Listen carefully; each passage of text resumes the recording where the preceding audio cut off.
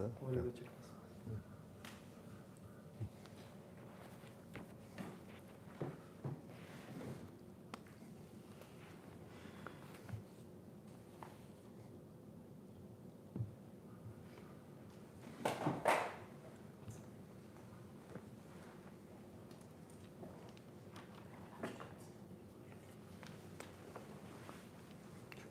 Start. Good afternoon. First, we'll just take an overview of the chakras. Now, we have to go back to the beginning of how the universe was created. So, the universe was created by Shakti, and Shakti, she separates from Shiva, and everything is created through mantra, through sound. And she then goes down from the highest vibrations to the lowest vibrations. The lowest vibrations being in the perineum, and the highest being at the top of the head in Bindu. And when she goes down into the perineum, she wraps herself around the backbone in 51 coils. 51 coils. And then at the end of her journey, when she reaches the perineum, she finds that maybe she made a mathematical mistake or whatever, right? That she has 3.5 coils remaining. And those 3.5 coils are wrapped around the perineum. And this whole journey of Shakti is called as Kundalini. Kundalini. So it is through Shakti that the universe was made. Now, at different places, different coils came. So, and these coils were formed by the 51 letters of the Sanskrit alphabet.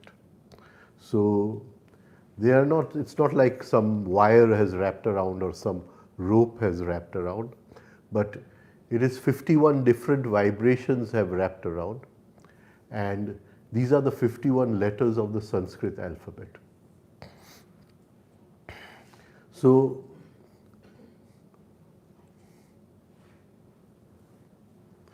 four of them are what you call wrapped around they form what is called the Muladhara chakra. Initially, there is nothing like a chakra. There is just these 4 letters of the Sanskrit alphabet, which are what you call vibrating with their own energy. They're vibrating in a certain frequency. And because when they are vibrating, they give the feeling of a kind of lotus. They are called as the what you call lotuses over there. Then we see that 6 in the next verse, Swadishthana, 10 in Manipura, 12 in what you call Anahat, and 16 in Vishuddhi. We won't take the others, we just take so many. So these were the letters of the Sanskrit alphabet, and they are vibrating at these areas, and they are what you call causing what is called kind of movement, or this thing like it looks like a flower or a chakra or something. Now, at the moment of birth, again we'll say now,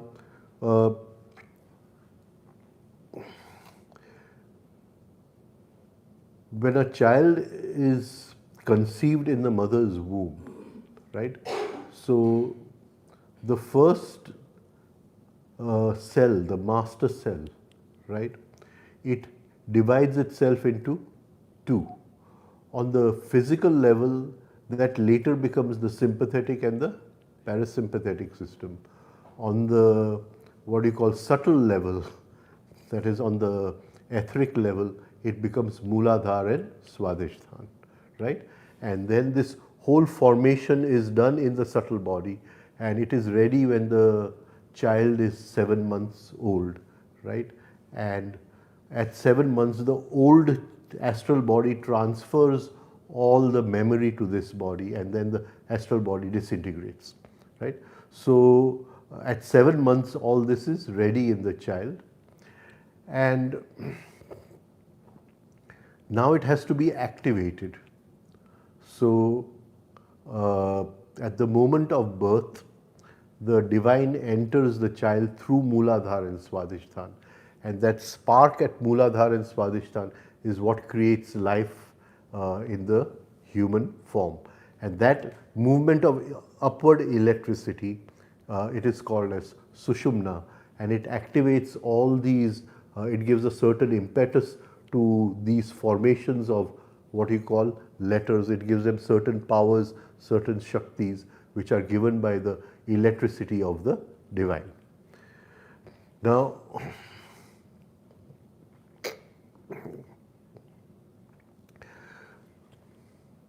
you want to ask? Ask. She wants to. You want to ask? No. Now, the minute the child cries, that is when the divine comes in, the breathing starts. And when the breathing, when the breathing starts, prana goes into two nadis, which are called as Ida and Pingla. You can show that. Right?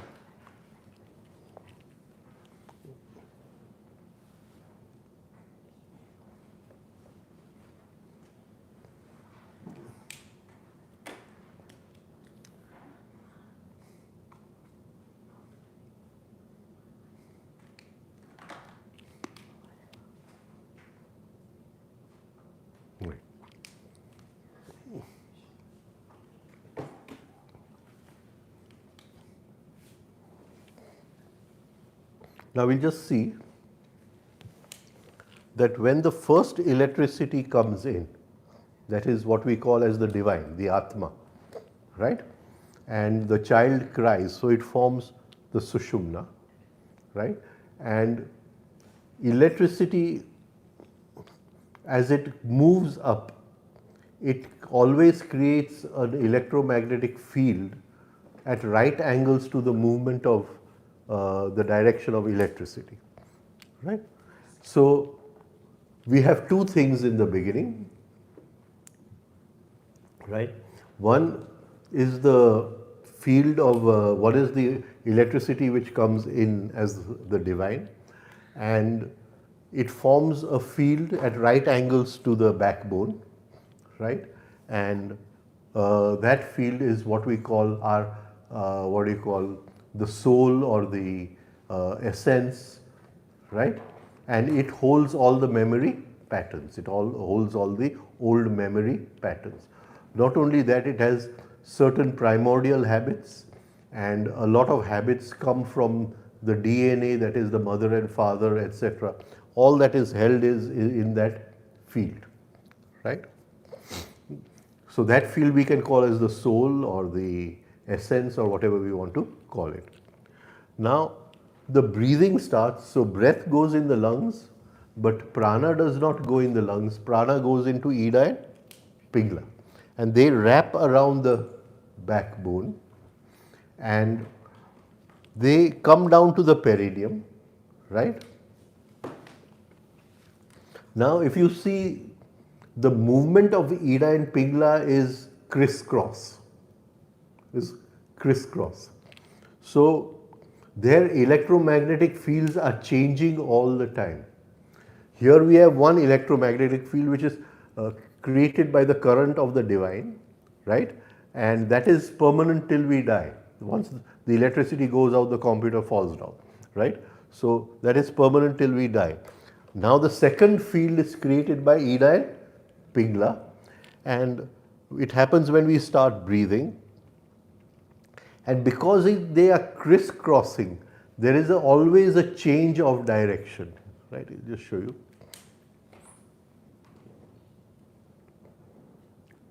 So here it's crisscrossing, so direction will be perpendicular to it, so like this, and then here the direction change again. So Right. it will be the Opposite direction. Now, so what happens over here is that that formation which has been made by these letters and which is vibrating and which has been activated by what you call the divine current coming inside is given that impetus, and because of this crisscrossing of Ida and Pingla, because the electrical current is changing in one cross, that is one move, the chakra will move like this, one move, and then when it comes around to the other side, because the direction changes, it will make the other rotation, and it is this Ida and Pingla which gives the rotation to the chakras. I don't know if I've been able to explain this, right? You get what I mean?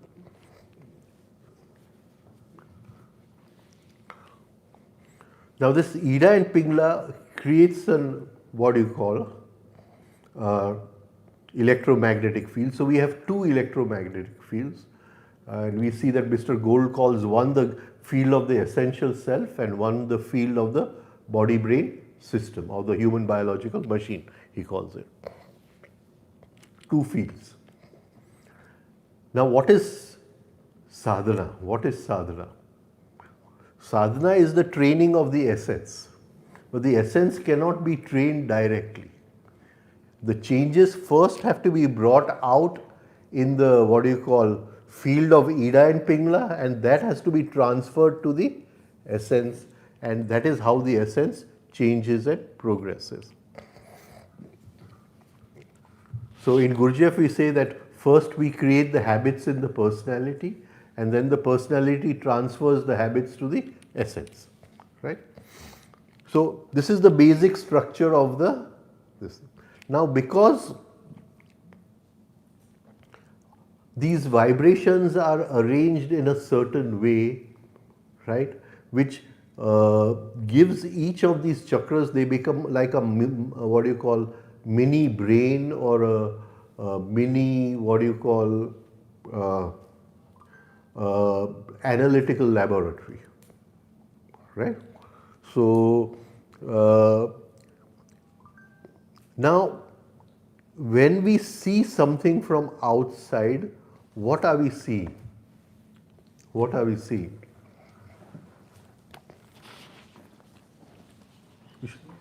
Are you should have killed it? Wando?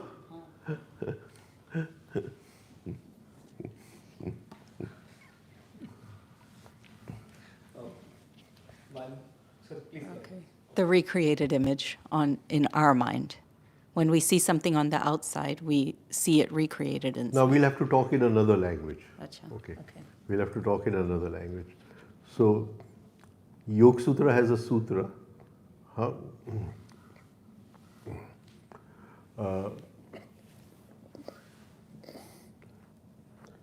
Prakash Kriya Sthiti. Prakash is Sattva Guna, Kriya is Rajaguna, Sthiti is Tamaguna. Prakash Kriya Sthiti, Bhut Indriya Atmakam, Bhoga Apvargam Artham Drashyam. The Drashya, what we see outside, it is composed of the three gunas, Prakash Kriya Sthiti, it is composed of the three gunas, right? And the five elements, Prakash Kriya Sthiti, Bhut Indriya Atmakam, and the relation of the five elements to the five senses, because the tanmatras lie in the elements and the tanmatra also lies in the senses. If you want to go into that, I'll explain later. There are two types of tanmatra. There's the universal tanmatra and there's the particular tanmatra. I'll explain that later. So it says there's a relationship between the five elements, Panch Mahabhut, and the, what do you call, five Indriyas. Bhoga Apvargam Artham Drashyam. You can use that, what do you call, Drashya, which is coming inside to you, right? You can use it either for bhog, indulgence, or you can use it for rising in consciousness, apvarga, right? So each moment, what is coming in? Five elements, right? And the 3 gunas, the 5 elements and the 3 gunas. Now, we know that the manas is a molecular, because we said we have 3 inner instruments and one is added later on. So we say man, ahankar, ane, buddhi, right? The chit comes later on. The chitta comes later on, right? Now, so what is coming out from outside? See, you are not coming in. You are broken down into electromagnetic impulses, right? Those impulses are of how many kinds? 5 kinds. 5 kinds, right? 5 kinds. That is the 5 elements, right? Now, because of this formation of the vibration of the letters, each of these chakras, they are able to analyze a certain element. Can you understand? They are able to analyze a certain element. So we say in Muladhara is the Prithvi Tattva, in Swadhisthana is the Apas or Jal Tattva, in Manipura is the Agni Tattva, right? In Anahat is the what you call Vayu Tattva, and in what you call Vishuddhi is the Akash Tattva, right?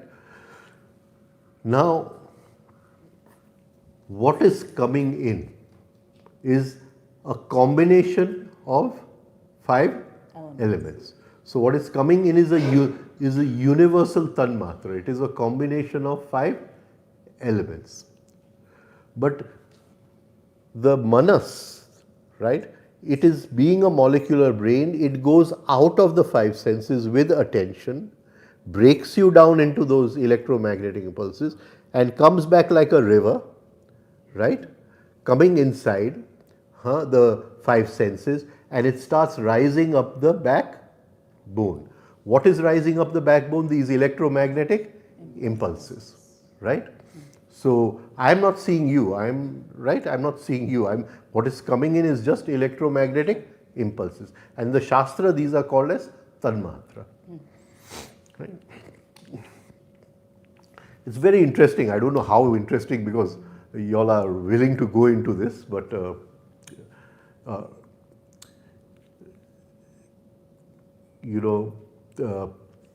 when I was talking with Mr. Tavaria, so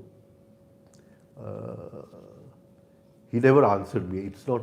I was not lucky like all of you all are lucky that I gave everything to you on a piece of paper, right? And he made me really work for everything, right? And so one day in my dream, there was a waterfall. And so in the dream, someone is saying that, what is this in front of you? I said, waterfall. And so he says that, is it real? I said, no, it's not real. So he says, then put your hand in it. So is the feeling of wet being real? So I said, yes, the feeling of wet is real. So he says, that is the tanmatra. Can you understand? No. I'll add. No. So what comes from outside is a universal tanmatra. Tanmatra means minimum measure. Minimum measure. Right? So you are broken down into electromagnetic impulses. Supposing you are broken down into 10,000 electromagnetic impulses, I don't need I don't need all of them to recognize you. I may need only 500. Can you get? Because the whole is in the part. I don't know if you're getting what I'm trying to say. The whole is in the part.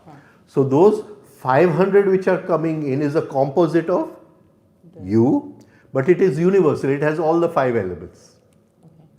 Now it will go up the backbone, Muladhara, Swadhisthana. The particular tanmatra is lying in the Swadhisthana chakra. Oh, yes. You understand what I'm trying to say? Yeah. So my hand is in the waterfall. The waterfall is not making me wet. What is coming in is a composite, a universal. But as soon as it reaches the Swadhisthana will extract the feeling of being wet. I don't know if I'm. Yes. You're getting what I'm trying to say. So these are the 5 minor brains which are analyzing every impression which is coming in. Right? So I'm looking at you, you're sitting on the floor. Right? So you're coming in as a composite, right? Universal. And I say she's getting support from the floor. If the floor was not there, she would be hanging in the air or something of that sort. You understand what I'm trying to say? So who is analyzing that this is sitting on the floor, the support? Muladhara. Right? You get what I Yes. or I'll say she is very angry today. Right? So then the same impression is going up and it goes to Manipura. Manipura will say, but there's a lot of heat over there, be careful. You understand? Right?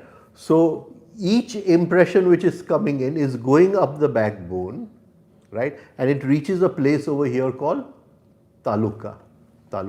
By then, the analysis of what has come in has been done by the laboratory. Can you understand what?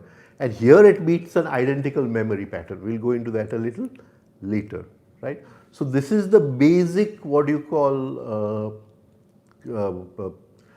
basic background of the chakras or the idea of the chakras, right? That they work as minor brains all the time.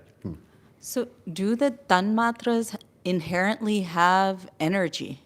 Do they have energy, or is it the meeting of the universal with the particular?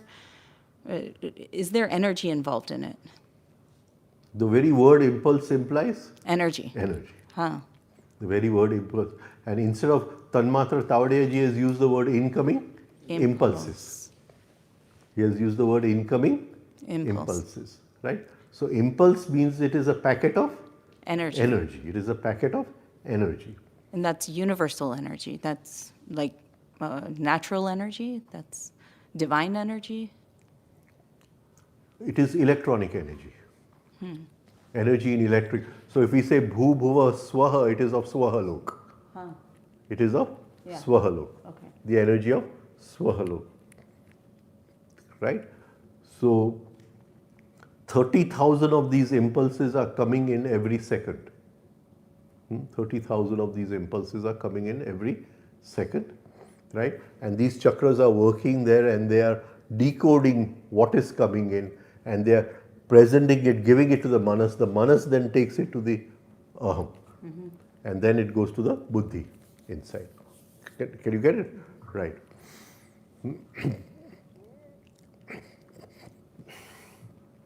Now, yeah. So the information that you're giving me right now, I can maybe understand 10%. Somebody can understand 50%. So how is that possible if all of us are getting the same thing? This is all new, so this is not already present in it. And how is somebody able to understand better or more clearer than maybe I could do?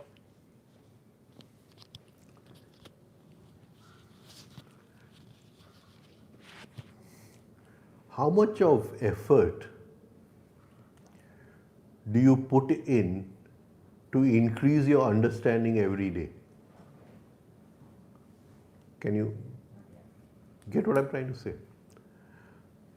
Say in many years ago, we had a reading group. Now supposing it's a book and I'm trying to understand one page, it would take me at least 8 to 10 times I would read that page and I would get some understanding of what is being written in the page.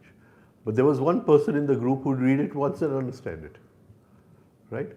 So the capacity of comprehension and the capacity of understanding out of that comprehension was much higher in that person. Right? So that is something which we have to work upon. Right? So supposing I say that I'm I'll be 69 in November, right? So I say, how many years do I have left, right? So what do I want to take across? Can you understand what I'm trying to say? What would I like to take across? Definitely I can't take money, right? I can't take my books. So the most valuable thing I would like to take across is my capacity to understand. You understand? Consciousness is there, but my capacity to understand, right? And we have to work upon that every day. See, if we just let it, what you call, dwindle, then it is going to get rusted. You understand what I'm trying? But if we make an effort every day to understand something new, right?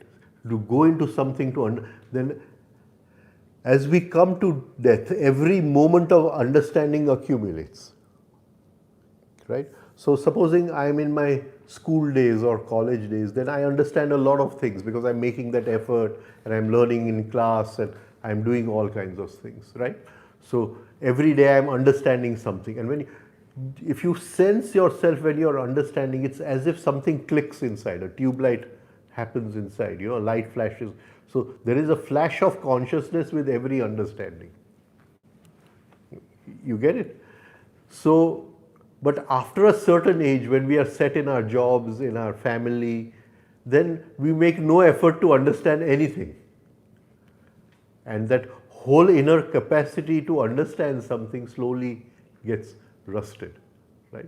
So every day we must make some effort to understand, and we collect those moments of understanding, and at the moment of death they all gather together.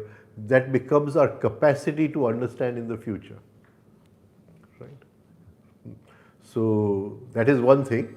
Of course, what I'm saying is very new for you, right? So it's very difficult for you to relate it to any knowledge which you already have, right? This aspect of the chakras is not written in any book on yoga. There are more than 1,000 people who have written on the chakras, but they've not written on this basic aspect of the chakras, right?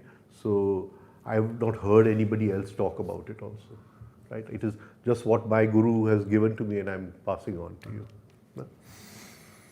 So, okay, where were we? The universal and the particular have met and gone up Yeah. to the taluka. So the particular is lying in the chakras, or we can say the chakras are connected to the sense organs, so it is lying in the sense organs, and it decodes the thing, right? So I would decode you're sitting on the floor, that would be Prithvi Tattva, right? Or supposing somebody is very restless, right? Then Vayu Tattva, right? Then the Anahat Chakra would decode it, right? And what do you call, the Vishuddhi Chakra would, the Akash Tattva. Now, each of these tattvas has a positive and a negative, right? So, again, say somebody is like in depression and very down or something, then again it would be the Vishuddhi decoding as negative Akash, negative. And then it would present all that to the manas, and I would see a figure of you inside my chitta, and all this is being presented at that time. It depends on my level of consciousness, how much of this I can absorb at that moment, right? But the chakras perform their duty of analysis all the time. Now, each of the chakras has a Shakti, right? And that Shakti can awaken certain powers which are lying in the chakras, right? And in a form, this Shakti is more like a, what do you call, specially created pause, right? And it is, we can call an efferent impulse. In the sense, it is an efferent impulse, right? So these Shaktis can be awakened, and the chakras then they are connected with certain nadis and they take care of so many functions, right, in the body brain system, and also we can awaken certain functions with them. And again, the letters in the chakras, when they are vibrating, the sound of those letters can be used. Now each chakra does the mantras which are normally this thing, they are not the mantras of the chakras. You know, normally we go to, they'll say Muladhara, say this mantra, say this mantra. It's all nonsense, right? The mantras are of the element in the chakras. So if you say Lam is the, what do you call,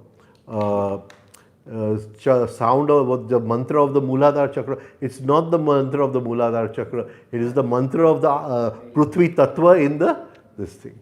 Okay. Can you get it? So that mantra is then the resonant frequency of that Prithvi Tattva. of Prithvi Tattva. Prithvi Tattva. Ah, okay. Now try to understand this in a way that when we go into yoga, we'll come into the Ashtanga Yoga, what they call, later on. It'll go, right? So the first part of Ashtanga is Yama. Yama, right? Now, Yam means to pause. Yam means to pause, right? Yam means the transition from one phase to another. So we say death is Yama, so we transit from one phase to another. So Yam is that Shakti that pauses. Yam is the Shakti which takes you from one dimension to another. Otherwise, what would happen? Winter would continue, but the force of Yam comes and summer comes in, and right? Or the sea would continue, but the sand stops the waves of the sea. That is the force of Yama stops the, what do you call, advent of the sea. Can you see what I'm saying? So this Yama, what we call, is in Prithvi Tattva, right? Now I can use it positively also, and I can use it negatively also. Can you get what I'm trying to say? That supposing I see you're doing a very good business, then I could use it to throw an obstacle also in your business, right? So there is a positive part of it, and so when I want to awaken the qualities of Prithvi Tattva, I use the mantra, right? But the mantra is said in a certain way. It is not said the way they pronounce it in all the, right? The yoga akhadas and all the yoga centers and all that. What today I want to bring to you is the mantra of Swadhisthana chakra. Swadhisthana chakra. And Swadhisthana chakra is the most beautiful of all the chakras, right? It gives us the capacity to enjoy life, right? It gives us the capacity to derive pleasure from life, right? It gives us the capacity to see the beauty of life, right? And so that is why today we'll just practice that one mantra. We won't go into the other this thing. Then if you want to take a camp on chakras, then we'll need a little longer time and more, what do you call, because if you really want to go deep into what is this thing happening. Swadhisthana chakra is also, what do you call, connected with our sex life, very deeply connected with our sex life. And it transforms the sex life from a very negative sex life, which is full of excitement, into a very positive sex life, which is devoid of excitement, right? Of course, to activate sex, a little bit of excitement is needed, but then you can progress into a higher state without the use of excitement, without becoming a victim to excitement. So I just want to teach you that one mantra today, which is very important. So in this, what we'll do, we'll breathe in a count of 3. 1, 2, 3. As much comes in, right? Don't take in more, right? Breathe in a count of 3. And we'll breathe out doing the mantra, right? For 10 seconds. So 3 seconds we'll breathe in, 10 seconds we will breathe out. And yeah, you want that? Do the tick tick. Oh, yeah. Right? And then 5 seconds we'll hold the breath out. And then again we'll breathe in only 3 seconds. Right? So now the mantra of Swadhisthana chakra is VAM, VAM, but it's not pronounced as VAM. So it is pronounced, we'll make our lips round like this, as if we are blowing into a bottle, and we'll say it as Vroom, right? Vroom, right? Okay. So breathe in 3 seconds. 1, 2, 3. Vroom.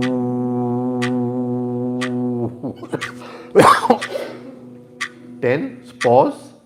1, 2, 3, 4, 5. Again in 3, breathe in. 2, 3.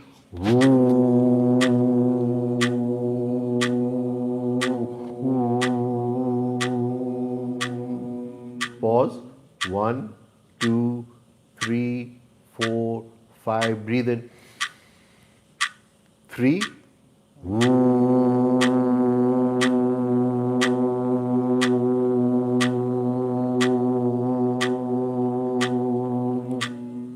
1, 2, 3, 4, 5. Right? This is a very, very powerful mantra, and it will bring a lot of changes. It will activate the vagus nerve. And it will, activate the parasympathetic nervous system, right? So you can do this if you can reach 20 minutes every day of this mantra, 20 minutes of the mantra, right? And in a few months you'll see that you're enjoying life like anything. There's great joy in life. So 20 minutes means you do this for 20 minutes. Pardon? Come to a level where it comes up to 20 minutes. Yeah, I'm looking. So what is 20 minutes, right? 20 cycles or 20 minutes of this, regardless of the cycles? Regardless of the cycles, put a timer for 20 minutes. 20 minutes, okay. Put a timer for 20 minutes, right? Right, that's right. So we can schedule it at night or during the... Anytime. It's okay, yeah. Anytime you can schedule it and do it. And even at times when, if you're in office and you feel you're getting restless or you're overactive or the thoughts are too fast or something, then again you can do it for 5 minutes, activate the parasympathetic nervous system, right? And do it, right? Kids can also do this, or just about everybody? Yeah? Anybody can do it. Kids is very important in the sense that before their sex center becomes active, if they start doing this, then the whole activation of the sex center will change, will be totally transformed as they do this, right? And this is the safest of all the chakra mantras. The other mantras are a little dangerous to do, and that is why we don't do the other mantra. Because when you do the Prithvi mantra, there are 7 layers below Prithvi, which are called as the different tals. And those are full of what you call very powerful energies and negative energies, right? So we don't usually do the other mantras unless it's under somebody's guidance. We do those also, right? Anything you want to ask, right? So the only other question was, so the Ida and Pingala activate in the first breath after the baby's born. The Sushumna activates by the 7th month? No, the structure is formed at the 7th month, Huh. right? And the Sushumna gets activated when the divine comes in. So the child cries when the divine comes in. Okay. He can't stand the spark of the divine. The electricity is so powerful, he can't stand that. That is why he cries, right? And in that crying, Ida and Pingala become activated. Okay. Now, we have to understand that this is just a basic thing, right? But our thoughts are going on all the time. And there are a lot of negative thoughts, right? And these negative thoughts disturb the rhythm and balance of the chakras, disturb the rhythm and balance of the chakras, right? So now certain predominant negative emotions reside in each chakra, right? So we can say in Muladhara is Lobh. So can you write them down here?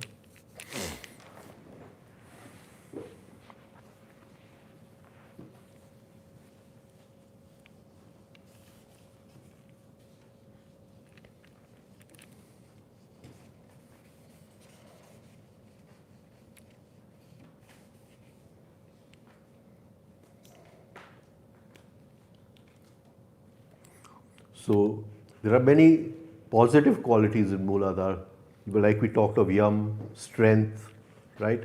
Balance, happiness, good fortune. All these are qualities of the Muladhara chakra, right? But the negative quality is lobha. Lobha is greed, right? And the primary thing is that where there is the earth element, there is gravity. And gravity, when it becomes a psychological, what do you call, it becomes lobh, greed. I want more and more, right? So when I just want more and more, I'm upsetting the balance of the Muladhara chakra. It's losing its rhythm and balance. It is getting sanskared. Can you understand what I'm trying to say? It is getting patterned into a wrong rhythm,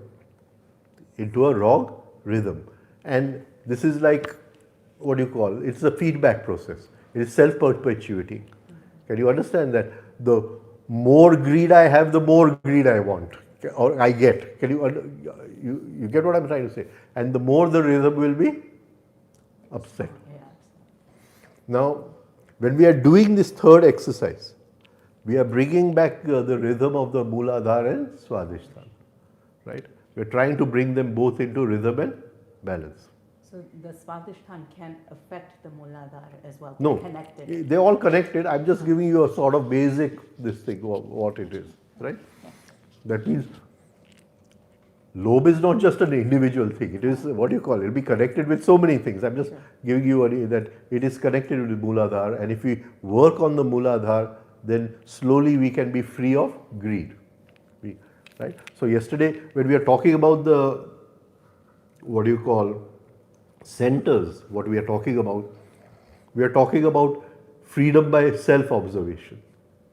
Here there is a freedom by a technique of yoga. Awakening certain powers of the chakra. I don't know, am I coming across? Yeah? So it will compress your journey into something very fast when you are able to do this. In Swadhisthana is kama, desire.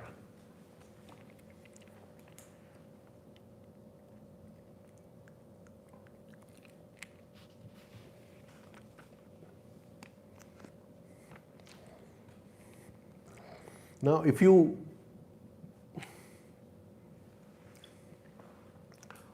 observe water, because water is the element in Swadhisthana chakra, and you observe water, when you put a drop of water on the platform, right, before it starts expanding, it contracts a little, right? It contracts a little. And the more desires we have, the more, what do you call, kama means desire, right? So the more desires we have, the more contracted we are, right? The more contracted we are, right? We are holding on to so much inside, right? Because there's always the fear that tomorrow my desire will not be fulfilled, right? Man does not fear death. Man fears that death is the ending of desire. Can you understand that? What will happen to all my desires if tomorrow death comes in, right? So the Swadhisthana chakra has karma, and as we bring the Swadhisthana into rhythm and balance, right, we cannot be completely free of desire, but we can be free of the slavery to desire. Understand, right? Then the Manipur chakra has what you call the Agni Tattva, or it has what is called Krodh.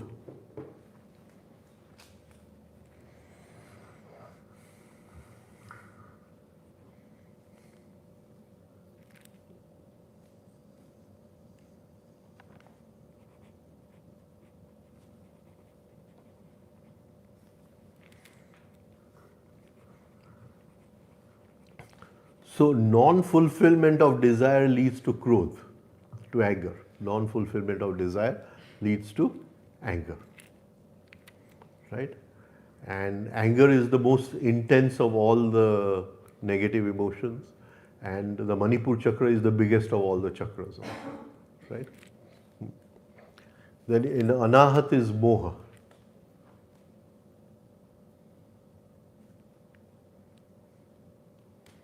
Moha is to get hypnotized, to get identified, right? Now,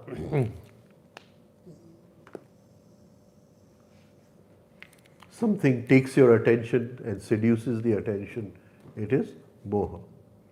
Again, in Swadhisthana, we can divide desire into 4 parts. We can divide desire into 4 parts.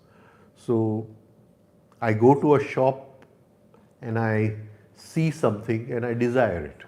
So, that is just what you call like an ichha, right? But I come home, it doesn't leave me.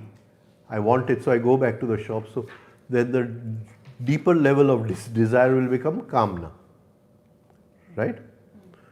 But after many days, I still feel the urge to have that thing. So it has taken what you call residence in my mind. It has made its home in my mind. Vasi gyu che, we say in Gujarati, vasna. And I may come to a stage where I'll do anything for it, maybe kill someone also for it, or steal also for it, right? And that is trushna, right? So there are 4 levels of desire.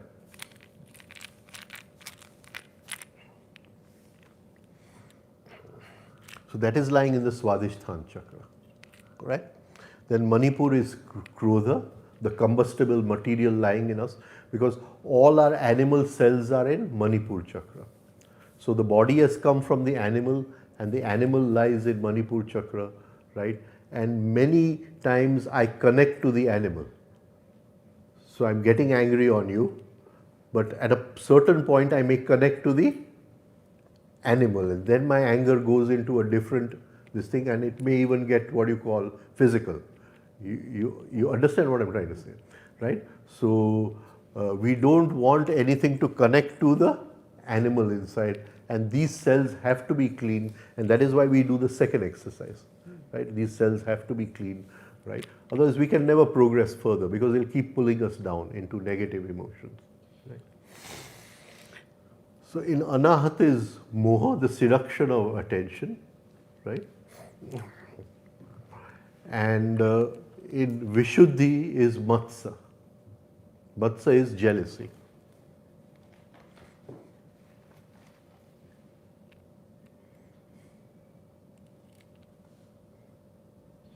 SY. Right.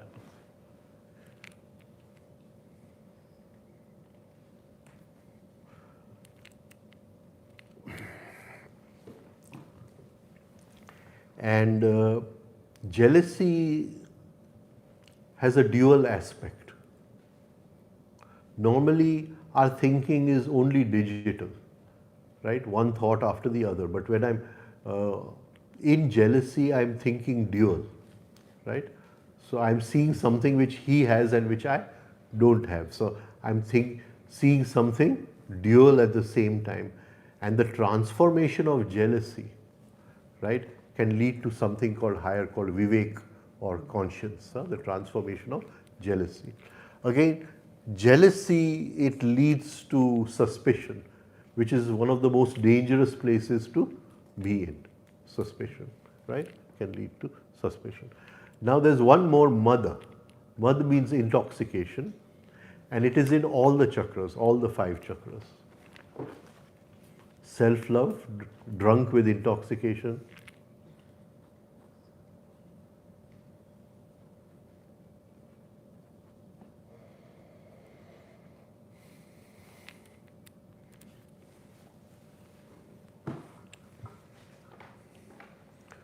Okay, what we can do is I can teach you one more exercise and see if you get time to do it for 5-10 minutes every day, right? I'm just giving it to you, right? So what we'll do is now the karma has 2 parts. One is the basic pattern of karma or the seeds of karma, and the second part is the real activation of karma, right? So the basic patterns of karma lie in the Muladhara chakra. That is why it is called Muladhara, right? The whole of life is dependent upon these 4 patterns, and these 4 patterns are called as asmita, feeling of I, raga, attraction, dvesha, what do you call, repulsion, and abhinivesha, which is fear of non-continuity, fear of non-continuity, right? So they lie in the Muladhara chakra.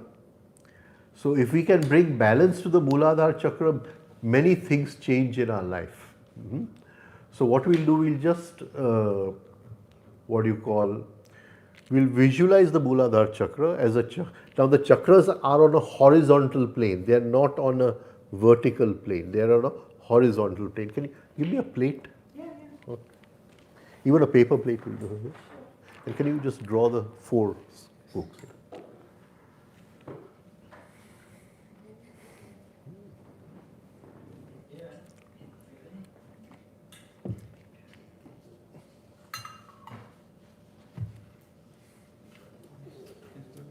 Yeah. So the chakras are like this. So what we are going to do is we are going to rotate the chakras. Only one chakra, the Muladhara chakra, the Muladhara chakra. So we rotate it anti-clockwise. We rotate it anti-clockwise, right? Now just draw it with 4 spokes, whatever.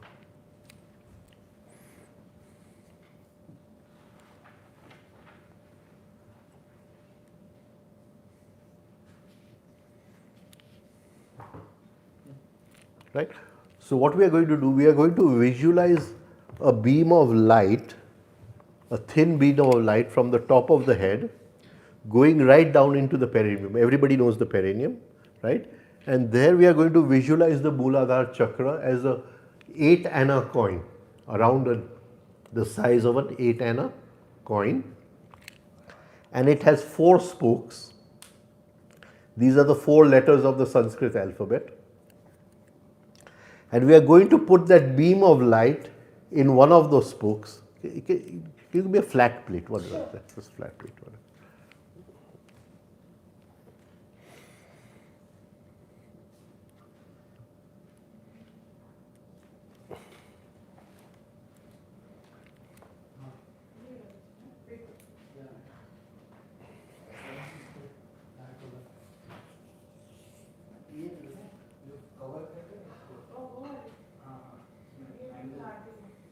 Even that paper plate will do. Just.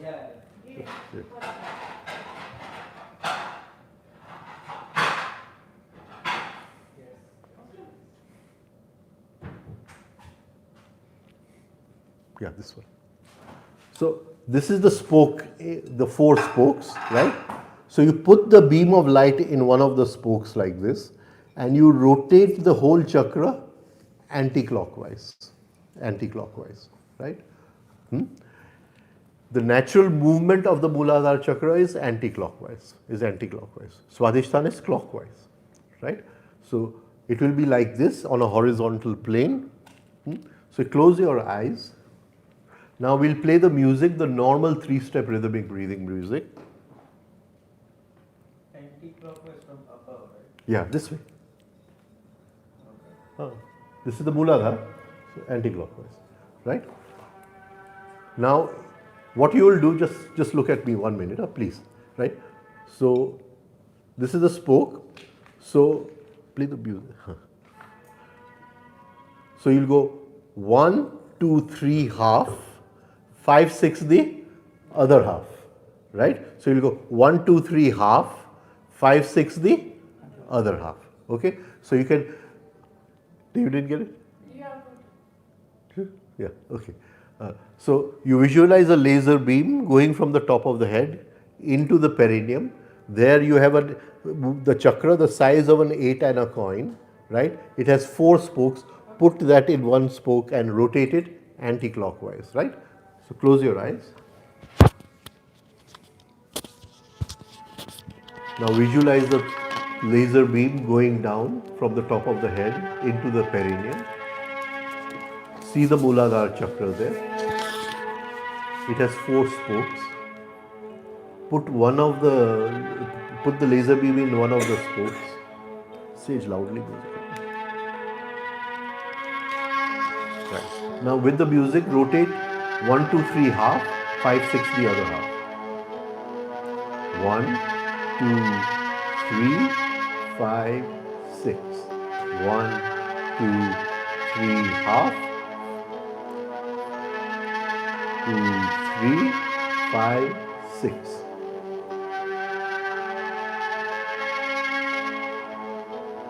Try to sense it at the perineum as if there is some movement in the perineum, something is happening over there.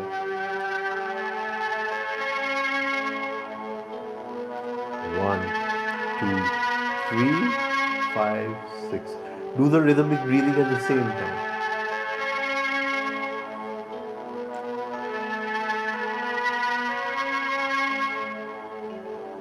1, 2, 3, 5, 6. Okay, okay. You can open your eyes.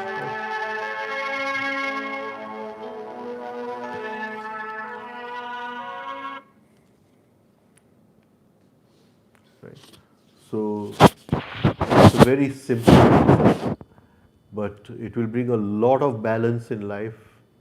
It will bring a lot of good fortune in life, right? And it will open up our luck and everything, and it will slowly act upon our karma also, and so, and we will slowly be working upon our greed, the element of greed inside, the element of holding on to things, right? So this exercise, and in Swadhisthana we can do the mantra, right? Anyone wants to ask anything on this? Any question? Any particular color we should visualize the Don't. chakra I or want the the colors light? to come on their own. I don't want us to. But if you see something like red color, it is okay. But we don't want to, impound the color upon the thing. We want it to come on its own. So the normal rotation is clockwise, right? No, anti-clockwise. Only when we want to do a special yoga technique, we do it clockwise. But that is done with Omkar. The rotation is done with Omkar. That's a little advanced practice. We can take it. You're visualizing like this. Visualizing like this. Yeah. Like this. Anti-clockwise. I'm sorry, the Anna coin, can you do it like quarters, dimes, nickels? 50 cent? Quarter? Okay. So rather like The size of the Anna coin, how large is it? the Oh, this one. You've not seen a 8-anna coin?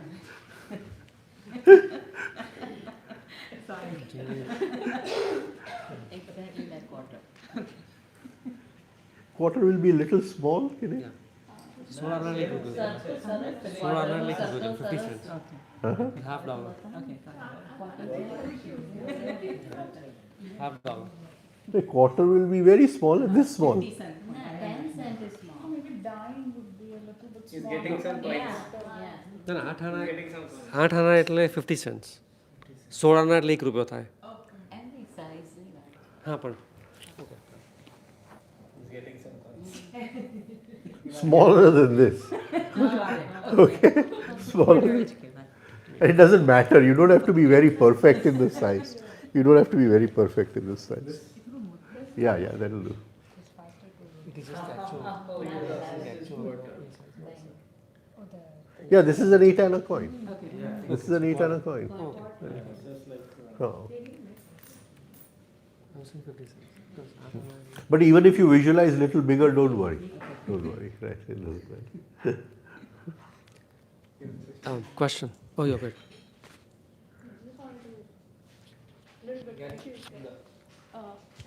Visualizing it from the up, Up, right? right. Not like this, because like I'm here and I'm visualizing the chakra here. That's not From the way. up to down. From up to down. I'm So very you will visualize like this. Yeah. Okay, got it. Got it.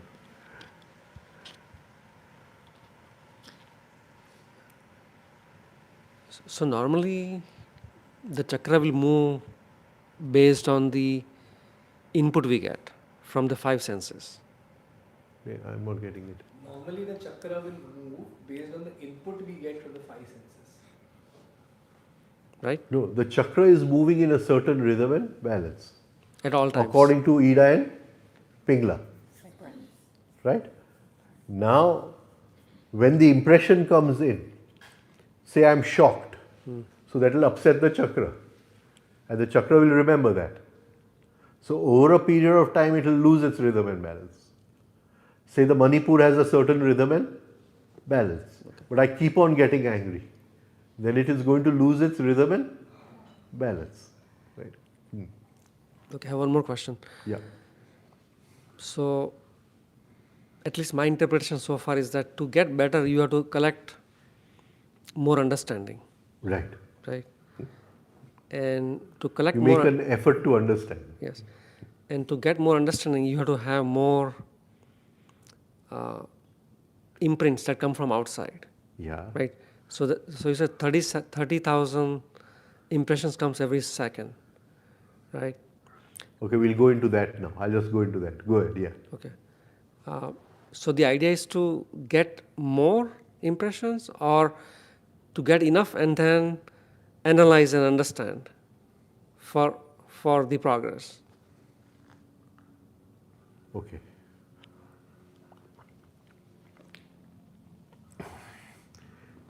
There's a difference between impulse and impression. Okay. You understand? There's a difference between impulse and impression. What I'm talking about 30,000 is impulses, not impressions. The impression is formed in the forebrain, and that is formed out of all the impulses. Can you get what I'm trying to say? But after all the analysis and everything is done, then the impression is formed.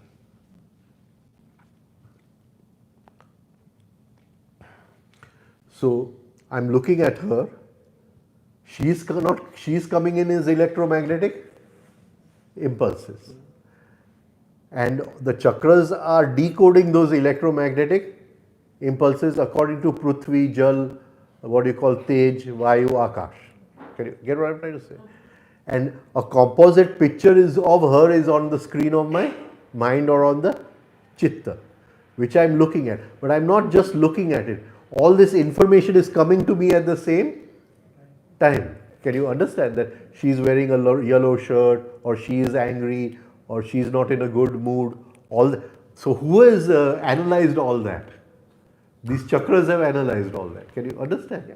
So when she impresses herself on my chitta, that is when the impression is formed.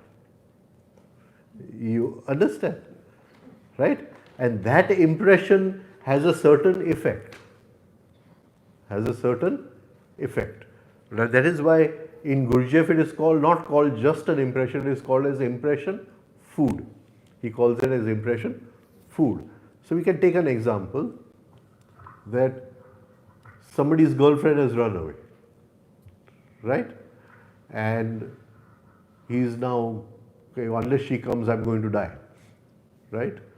And then he falls ill and we take him to the hospital and the doctors give him injections and they put the drip and all, but nothing happens. He's still in that depression, right? And then he gets a telegram from her that I'm coming tomorrow, right? So will he just jump out of bed immediately or not? Yes. Right? So that is the impression. Can you get what I'm trying to say? Huh? The impression contains a certain amount of energy, tamas, rajas and sattva. It contains a certain amount of energy, right? The 5 elements are decoded by the, what do you call, chakras. Can you see? But the tamas, rajas and sattva will come out at the time of the impression. I don't know if I've become clear in this, right? So this impression formed on the mind is what yoga calls as vritti. Yoga chitta vritti nirodha, right? So that is called as vritti.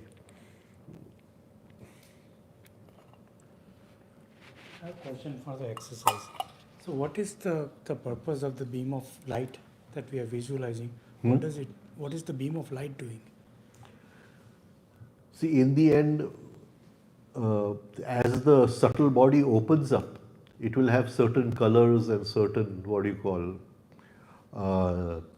expression in light. There will be a circulation of light and all that. So we are just visualizing one beam of light to activate that. It is like a laser beam we are using to rotate the chakras. We can also use sound, omkar, but that is more difficult. Here it is as if you are visualizing something. Right? Again, it's you breathe in 3, breathe out the normal way, and then you're moving your. Yeah. Okay. So you practice the 3-step rhythmic breathing. Yeah. So you're doing the normal 3-step rhythmic breathing, and in that you're rotating the chakra. You're rotating the chakra. So for the chakras, you said each chakra has a positive and a negative. Yeah. And you went over the negative, like Muladhara, greed, lobe, and all that, right? So, how does it work? Like one chakra can predominate, or is it like once you activate one negative part of the chakra, whether it's Muladhara, Swadhisthana, and then all of the negative in all the chakras, because they are interconnected, they all are activated. See, I'm trying to make it simple. Okay. Right? Okay. Now, I have greed in me, lobe in me. But can I have just lobe? Can it be free of moha? No. No. Right? Okay. Now I have lobe in me, Okay. but I see that he has more money than me. Okay. Then won't it trigger a little jealousy also in me? Oh, okay. You understand? I'm just trying to give you this thing. So I can't just say I'm in lobe and I don't have any jealousy. Yeah. It's not possible. It's not possible. I see. Right? And if there is greed and I've gathered this and I've gathered that, then there will be even mud that I have these 3 things. I see. The intoxication that I have these 3 things. Okay. Thank you. Nee? I don't know if I've... Yeah, no, this makes sense. This makes sense. And before that, when you were discussing about the when the divine fragment sort of enters the life, at what point divine fragment enters the life? And when the child cries. When the child cries, he has that is entered. when. He cries because the energy is so powerful, he can't help it. He has to cry. Okay. Right? He cries. So the kids that are abnormally, like some sort of challenged or something, the divine fragment is not there, or is it, or there is some modification There is some blockage. to that? There's some blockage in its coming. I see. Okay. Makes sense. Okay, Right? thanks. And after he cries, he starts breathing. Right. So when the minute he starts breathing, Ida Pingla start. Ida Pingla stuff. So there are two electromagnetic fields. One, the electricity of the divine. Right. That field is called the soul. And that is what activates the other field, which is Then he starts crying and he breathes, and that activates the other field. others. Okay, this makes so much sense. Thank you. So when at the 7th month, the old sanskars have been transferred. So they are there, but they are not activated yet. Because when the baby is born, the baby's breathing fast, but the baby's breathing in rhythm. So the chakra should be still in rhythm. Is that correct? Or do the old sanskars from the imprint at the 7th month, do those have an effect on the rotation of the chakra from birth? In very rare cases. I'll come to this, right? This is very, and chakras are very interesting. Yeah, but if you want to really go deep into them, then I need more time. I can't, it's not possible. I also have to have understanding where I can understand every sentence you're saying is so loaded with information. Like it takes me time to process. I mean, at least it is for me, right? Everything that he says, it's like, oh my God, what did he just say? Let me catch up before, you know? That's why I think we should go back to the Pravatin. That's what I'm planning to do. Yeah. Okay, now because you asked this question, right? So, can we, you rubbed it out, good. Okay, let us just see, by the 7th month, what is built is the basic structure. Which is the new astral body or just? The new astral body. Okay, all right. The new astral body, the basic structure, right? And it is just a transference. It is just a transference. The real transference happens at the moment of birth. Okay. Now I'll explain to you.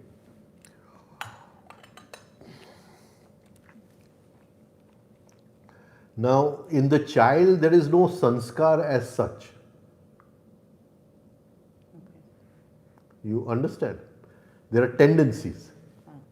Yes. There are tendencies. Now, supposing I say, okay, I got angry 1,000 times in this life, and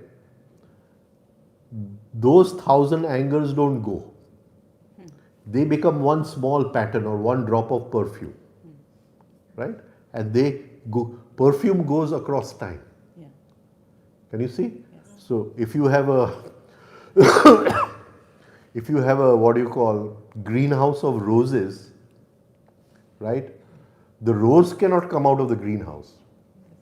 But if there's a crack in the greenhouse, the perfume can come out of the greenhouse. Yes. So perfume is something which escapes time and space.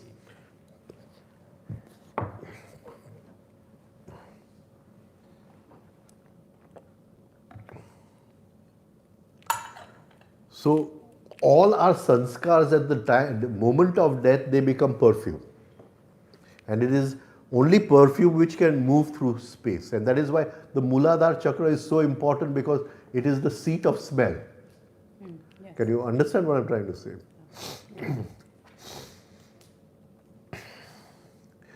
Now, how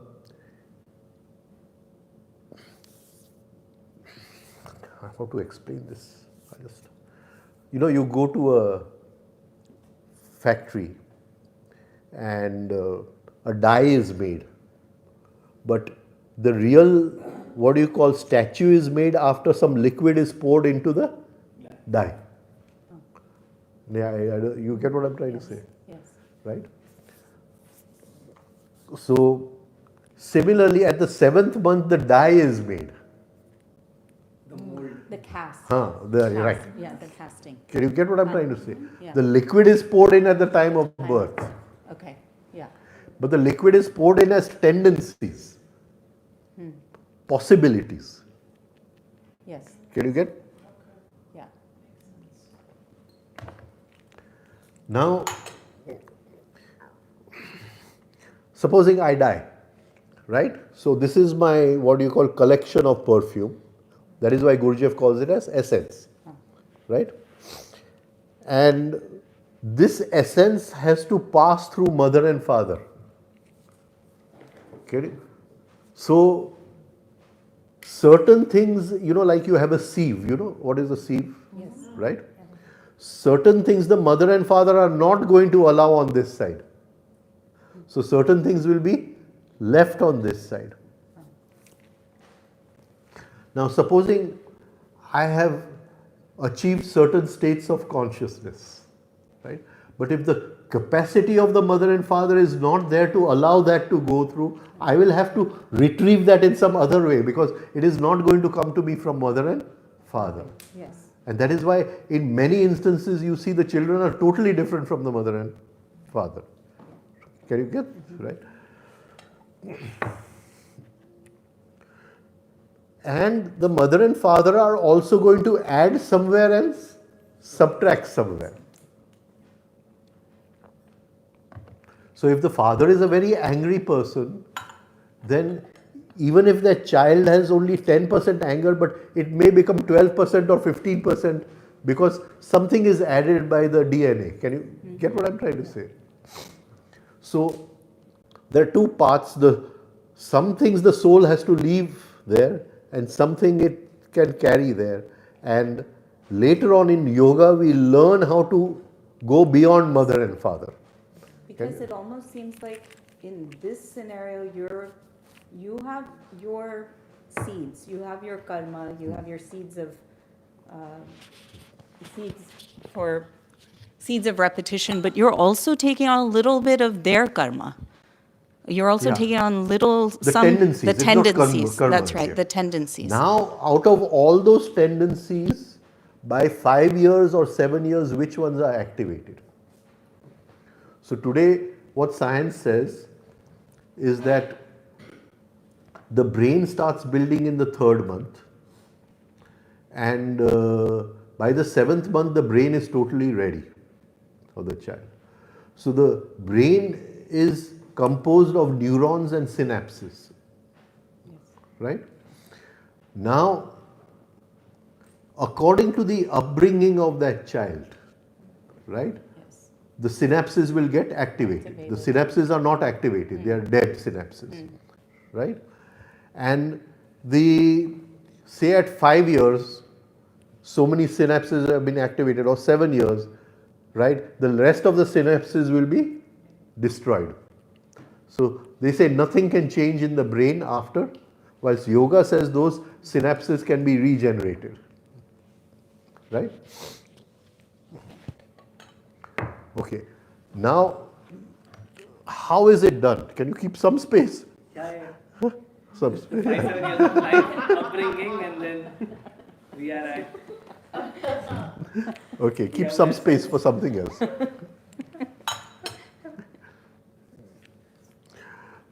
So if you remember when we were children, we used to have a drawing book. So if you join these dots, then lion. But you join these dots, then squirrel. This dots, then it becomes bird or something of that sort. Right? So around 5, 7 years, which dots have been joined, the rest get destroyed, and this is the personality of that child. Right? And so mother and father become very important in those 5 years. Which tendencies they give water to and which tendencies they fast. Yeah. Can you get? Yeah. Now you rub this all off. So basically, when the parents are bringing up the kids in that first 5 years. 7 years, yeah, 5, 7 years. So they have to be very careful in all to make sure that the kids every part has been exposed, or how do you? No, you have to observe the child and see that the negative emotions don't get their, water, Okay. and the positive side gets water. But now supposing the father gets angry on someone, the child is going to imitate. Because children are great imitators. They can mimic like anything. So the first thing is they copy the mother and father. Right? So a lot of that just comes from the way the mother and father, what do you call, uh, uh, live in harmony, or what way, that has a profound effect because they copy everything. Then if they go to school, they see somebody getting angry, then they copy. Can you see? So that gets water, right? Now again, in the end, it is movement of energy. Can you see? So I see that my child is getting angry. So I say, is there a way of channelizing this energy? Right? So maybe you teach him a sport where he throws a ball far away, or he throws something, or so that that energy which was going to get trapped into anger finds a channel, right? And this is all a part of parenting. I mean, it's not what we are talking about just now, but it's all a part of parenting. Can you get what I'm trying to say? Now what I want to say is how the transfer is done. How the transfer is done, right? Before we move forward, one more question. So there are certain tendencies you want to give your feedback to, and you want those tendencies to sort of flourish, and other tendencies you don't want to pay attention to. You want to starve them. You want to starve them. Right. So what happened to those tendencies? Because are those tendencies that, when you start doing yoga, meditation, you sort of, even a very like frustrated or an angry person sort of tones down quite a bit. So it seems like the tendencies are there in that, maybe not in the dominant phase, or they're not dominant, but they don't completely, how should I put it? They're still there. You just and when you do the yoga, the positives can take over the negatives. One minute. Yeah. Yeah, 1 minute. Huh? When you have gone to the yoga class, Yeah. the tendency has already become an actuality. Okay. There is a tendency to anger. Okay. But when you are going into the yoga class, you're already angry. Okay. Can you? Yeah. Yeah. So now you're working on the actuality. You're not working on the tendency. Okay. Or till 5-7 years, you have a chance to work upon the Tendency. That is what I'm trying to say. So what about the ones that are there, that you're born with? What happens to those? If Those they are don't- tendencies, possibilities. Because we are selectively choosing the ones that we are giving the feedback to, is what I'm saying. What happens to the other ones is what I'm asking. They are I there. don't know if I'm not clear. They are there. According to science, they may not express, but according to yoga, they are always lying over there. Okay. Can you get it? Yes. Now again, each tendency will come with an intensity. Right. 1,000 angers have become perfume, but what is the intensity of that drop of perfume? 1,000. Okay. Right? But 500 angers have become one drop of perfume, then what is the intensity of that drop? 500. So one is the parenting where you're giving, but even otherwise there is the intensity in the tendency to actualize. Okay. Which would invite those events Yeah. into that kid's life. Okay, right. anyways. You Okay. get it? So Yeah. it's both ways. It's both ways.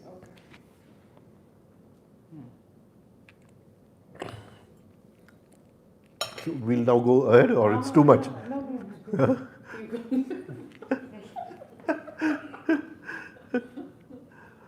You see, my problem is that everything has not come from books, it has just come. Yeah, right. So sometimes it becomes very different from what people write and talk about and all that. No? Okay, the process of breathing.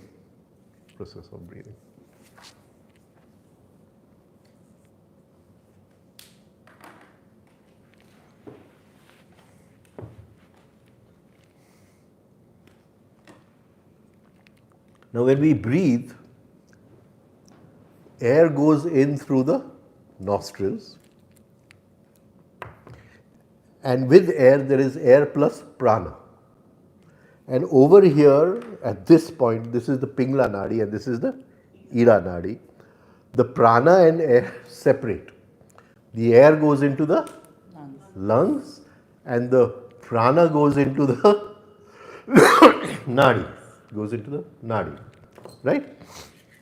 and the nadi goes round the backbone and empties the prana into the perineum.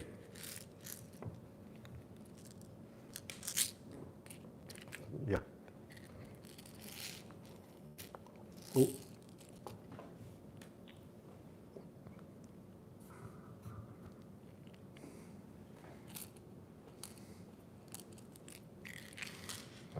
Into the perineum. Now, when we breathe in, the air goes in the lungs and the prana reaches here. From there, the what you call subtle body takes in prana. Right? Now, in the physical body, breathing in and breathing out are two separate movements. In the subtle body, breathing in and breathing out are one movement. One movement. So, you breathe in, this new prana goes into the subtle body, and the old prana of the previous breath comes out here. It goes into the nadi and mixes with the air in the nostril. In the nostril. Just get this clear. So you got this? So when we are breathing in, we are taking in new prana. But when we are breathing out, it is the prana of the previous breath. It is the prana of the previous breath. Clear? Yes. So, the prana is always one breath behind the breath, right? One movement behind the breath.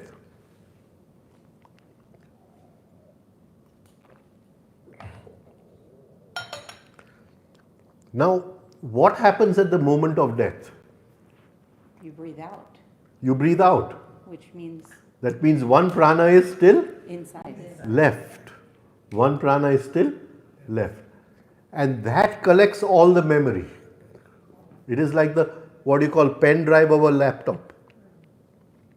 It collects all the memory, and the prana travels across time, right? And at the moment of birth, when you breathe in, right, that prana goes out. By then it has put all the tendencies into the what you call essence. Can you get what I'm trying to say?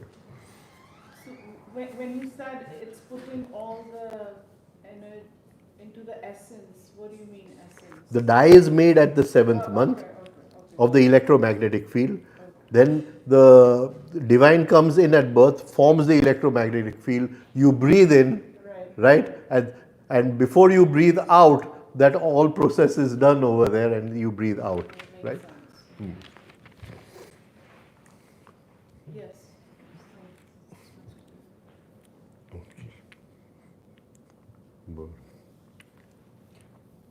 So how do you activate the latent, the tendencies that are latent in you? Those are activated how? Means which one? So the dots that were connected, there were other dots that were not connected, and they are they're late. Every moment that you experience a higher state of consciousness, You you are- go beyond mother and father.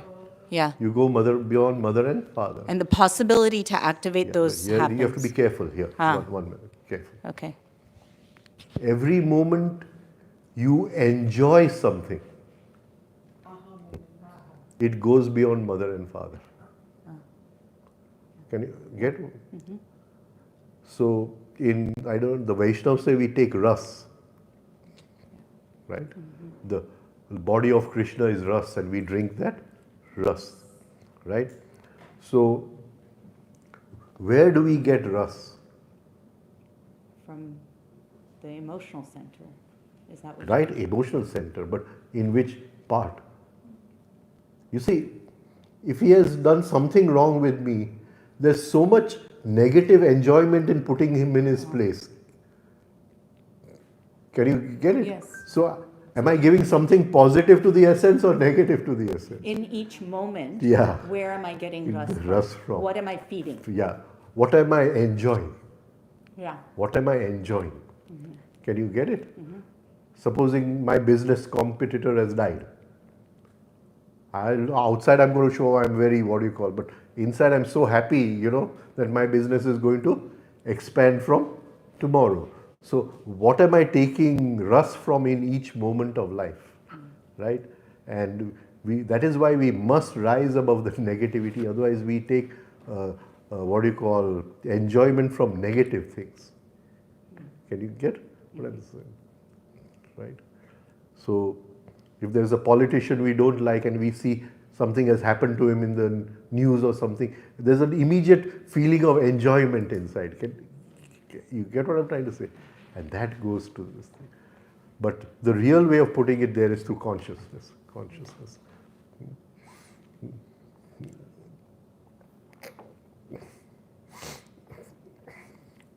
Bolo. There's no point in starting anything.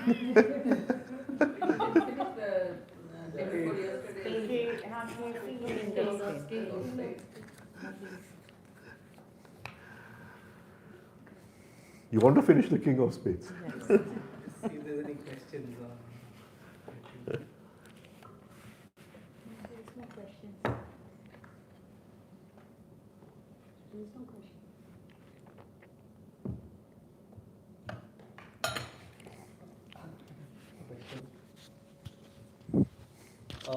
Ida and Pingla that we were discussing at the beginning, do both of them work in simultaneously or is just one working at one time?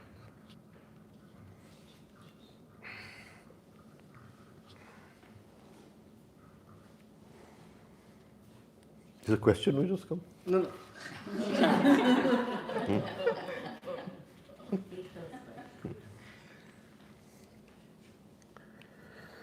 See, normally it is one working. Sometimes both are working. But in one of his talks with me, when Mr. Tawariya was talking to me, he said it is not that easy. It is not that easy.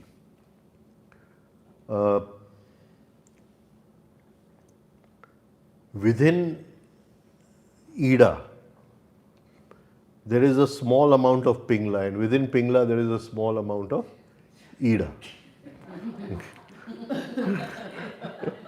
So I don't want to go into it. I don't want to go into it. Everything has to be so complex. Right? So I don't want to go into it. I don't want to go into it. But it is a complicated nadi. And each nadi has different paths. Like the Sushumna has different paths, and each part has different functions. Right? So if you take a wire, if the wire is so big that the whole nadi is Ida, but there will be a small thin wire within which will also be.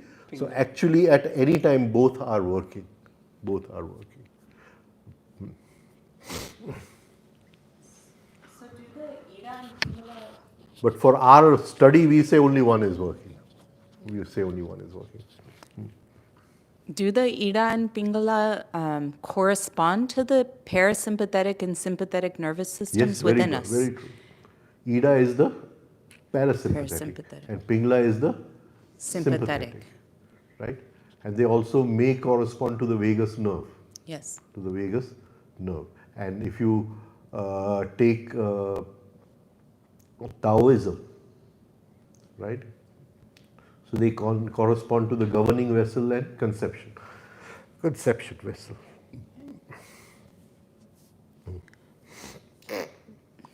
So which is governing and which is conception?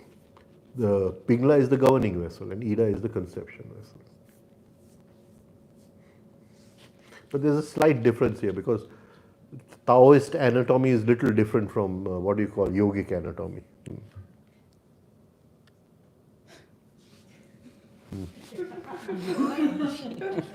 So Yeah, you can ask. the gold, with what you've drawn here, it seems like the golden nugget will affect the transfer of prana to the subtle body by affecting the perineum and that. Is that correct? Okay. You know, you go to a gym, they have something called a trampoline. Have you seen it? Right? I have a small one in my home also, right? A trampoline, right? So you jump on it and this thing. The perineum is a trampoline. The perineum is a trampoline. And what do you call, we can hit it with energy and allow the energy to go up, right? Now this is a complex subject, so we won't go into it. But the gold nugget, when you're pulling this in, right? And you're holding it there, right? And you're not breathing. So there's no new prana. There's no new prana, right? And it is only the old prana circulating inside, right? And see, it's like this, that just as this thing, that when you breathe in, there's 20% oxygen. When you breathe out, there's 16% oxygen. So 4% oxygen has been taken by the body, right? Now, supposing the breathing cycle is 3 seconds, 4 seconds, 5 seconds, whatever, right? So we are holding for 40 seconds. So in 5 seconds, the oxygen becomes 16. In another 5 seconds, it becomes 12. In another 5 seconds, it becomes 8. In another 5 seconds, it becomes 4, right? And when we are holding for 40 seconds, the oxygen is nearly zero. It can't become 100% zero, right? And what has happened, the carbon dioxide has, what do you call, increased to that level, right? And then you're doing just fine breathing. So you don't want to increase the oxygen level. You're not allowing the oxygen level because you're hardly taking a breath, but you're activating Ida and Pingala. You're activating Ida and Pingala. Get it? Now,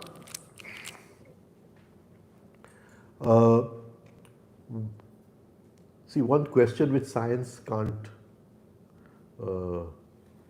understand is that there is no, what you call, wastage in nature, right? Everything in nature is perfect. Then why does man have 2 nostrils? Right? If man had to breathe, right, then he needed just a hole over there. The nature didn't make the nose to make our face beautiful, right? So why does man have 2 nostrils? Which today is a big question. Science can't, what do you call? But yoga says when the breath goes through Pingala, it goes with a positive current, and when it goes through Ida, it goes with a negative current. So the right gives a positive current and the left gives a negative current.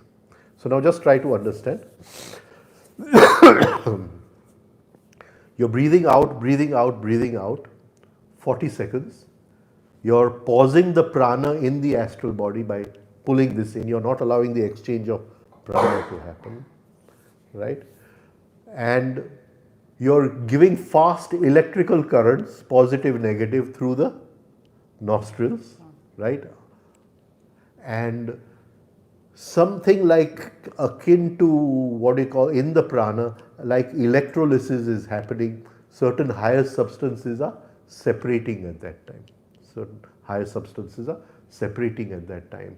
And those higher substances are those which you need to hold consciousness. Because many times you'll get a glimpse of consciousness, but you can't hold it. You get it? And it is these substances you need to hold consciousness. So it is like, you know, when we studied chemistry, we used to have electrolysis. You know, 2 wires, and I'd forgotten what was it. Yeah, and you separate hydrogen and oxygen and all that. Similarly, you're doing electrolysis in the prana. But now the prana is not just the prana. It is been, what do you call, it is now the equivalent of carbon dioxide, right? And that is why this, or you can say from prana you have transformed it into apana, and now you are doing electrolysis on the apana and creating higher substances in there. That is why the gold nugget is very, very important. Very important.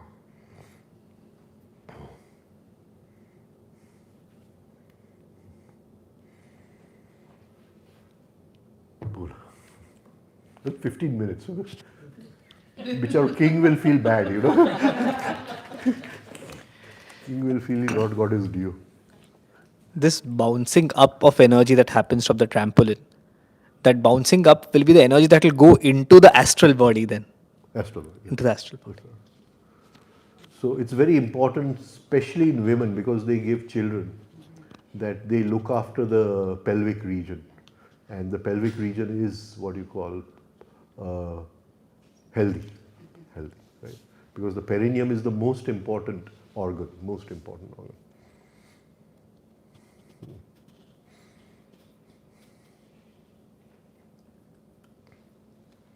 This is not related to it, but all this was explained, but as parents, nobody gave us this explanation, or we didn't even bother understanding. No need to listen. So, means for generations like our kids, how do you teach them this? You know that, okay, this is what it is. When your kids, when you're going to have a kid, this is what you need to nurture. What do you nurture? How is this whole thing going to be? How do they get? We didn't get it. So we did not, what are the right parts of the thing. That's what I think. So now how are we going to teach it to See, there is no school which works on the emotional center. All schools work on the intellectual center, moving center, sports and intellect, right? No school teaches external considering. No school teaches how to, make the heart healthy. I'm not talking the physical heart, not just the physical heart, right? No school teaches how to relate in a positive way. Can you get it? So that part of a child's education is totally not done. And that has to come from home, because no school does it. No school. Now if you send them to an ashram today, again they are just dumping things into the memory. Recite the sloks and recite the mantras and they're just dumping things into the memory. Can you get it? Nobody is awakening the heart. And the perception of truth comes from awakening the heart, not from awakening the head. Right? So that has only the mother and father. And it's very difficult. In today's age, if you see here, the child is sleeping somewhere else when he's very young. Right? He's not given the warmth of the mother and father till 6, 7 years old. Right? So many things have changed. It's all a lopsided development in a way.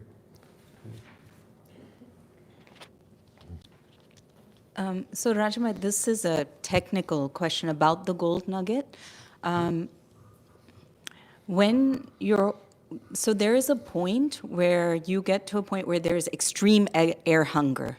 So that would be, for me, around 55 to 60 seconds, extreme air hunger. At that point, if I go to that point, then I have to take a breath in. I can't go into the golden nugget with a breath out. It doesn't matter. It's okay. It's okay. Okay. But you keep practicing till it becomes spontaneous. Okay. You don't have to do it. Yeah. You don't have to do it. Right? Another thing that's a very important point, where the whole body is asking for breath. Yeah. And you can make what they call, the secret manifestation, right? Whatever they teach in that. But this is a point where you can manifest. This is that point you reached when either if you don't take breath, you're never going to die. Sure. You just become unconscious and you start breathing again, right? So you're not going to die, right? But where you feel, if I don't get the neck, and at that moment, if you put from the subjective mind something into the universal mind, right? Then you can manifest something. Because every cell is asking for it at that moment. But after 40 seconds, you do shallow breathing. Yeah. but as shallow as possible. Mr. Tavaria's desire that nobody breathes. But he couldn't come to that. But we can extend that 40 seconds, correct? Oh, yes, yes. Huh, I know okay. people who are doing 2 minutes also. Okay, yeah. I know people who are doing 2 minutes. I can get, I have not been able to get. And there are, I know certain people who are doing half an hour of shallow breathing. Oh, wow. Actually, some years ago, he came to meet me. I was looking at his face. I said, "What have you done?" He says, "Nothing. I'm just doing half an hour of shallow breathing." So, it has that profound effect.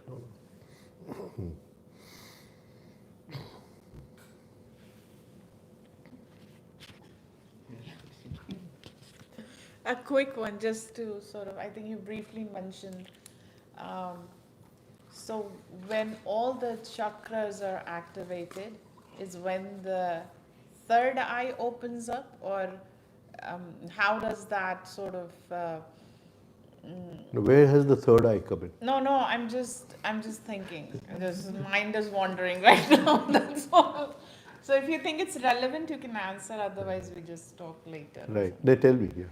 No, I'm just asking. Right? Usually, that is what. When we start breathing, Right. Ida Pingala becomes active and the chakras start rotating. Okay. Right? Okay. We have an Ajna chakra, Okay. which has many potentialities. Okay. And if we open those potentialities, one of them is the third eye. So Agna chakra is not the third eye. It's just one of the parts of It the is the third. potentiality. Okay. Okay. See, you're practicing Shambhavi Mudra. Yeah. Have you heard my talk on Shambhavi Mudra? No. I have. Yeah. Oh, then it's I think okay. you'd given it in the last time. Okay. So you just go Okay. through that. Listen to Right? So it's a connection between sympathetic and Parasympathetic. parasympathetic. Okay. And this is not the third eye. The third eye is right down over here. Okay. Right. This is just the, what do you call, reflex point of the third eye. Reflex point of the third eye. Okay. Thanks.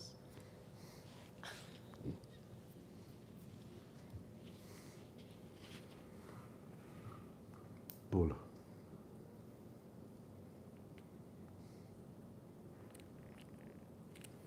You still have some time if you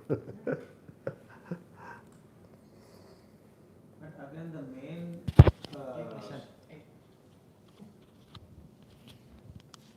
the main component would be the energy, right? To activate, and that will, as you said, come through the force, through the what is called impression food. Yeah. Okay. And to activate the pause. Pause. Pause. Yeah. Otherwise, everything is reaction. And when you activate the pause, you are awakening the Shakti of the chakra or the Devi of the chakra. The Devi of the chakra. Say, like we take Muladhara. So, the Devi of Muladhara is called Dakini. That is the Shakti of Muladhara. It has no meaning actually. But Dakini means to fly in the sky. To fly in the sky. Right? So, the Muladhara is Prithvi Tattva. Right? So, that is gravity. Right? So, when you can pause gravity and rise in the Sushumna Nadi, you've activated the Shakti of the Muladhara chakra to fly in the sky. You get it? So each of these chakras have a special, what do you call, Shakti, and that Shakti is a pause and activating something new over there.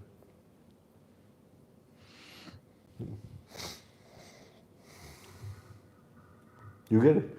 Yeah. Supposing I'm trying to rise in consciousness, right? But I got angry. Then again I fall to the ground, gravity. Right? Then somewhere I got what do you call, cunning or got identified with jealousy. Again I keep falling to the ground. That is gravity. So that Shakti which frees me from gravity is Dakini Shakti. That is the inherent power of the Muladhara chakra. But that has to be awakened. And that can only be awakened if I pause the anger and don't fall down. Then I can rise in that Shakti.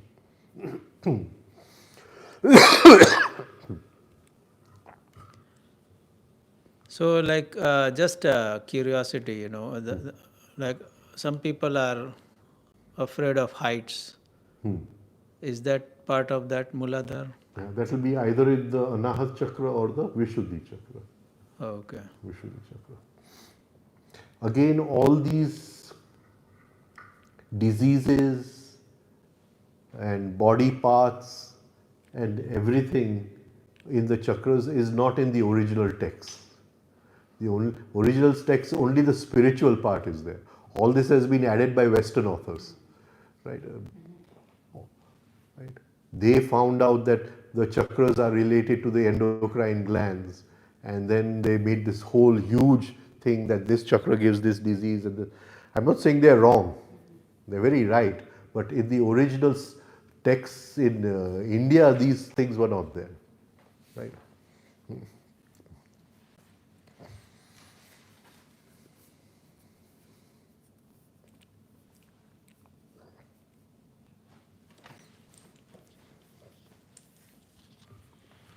Maybe not exactly related to today's topic, but sometimes you go into tendency of thinking everything negative.